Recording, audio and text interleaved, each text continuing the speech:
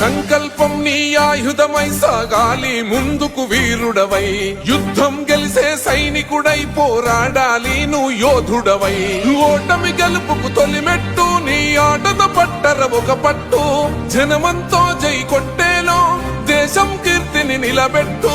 ఏ కష్టం నిన్నాపదురో కృషి ఉంటే నువ్వు ఋషివేరా. యువతరమా దేశగతులను మార్చే గెలుపుకు అడ్రసులా, ఆకాశం నీ హద్దయ్యి చెలరేగాలి ఒక వీరుడిలా.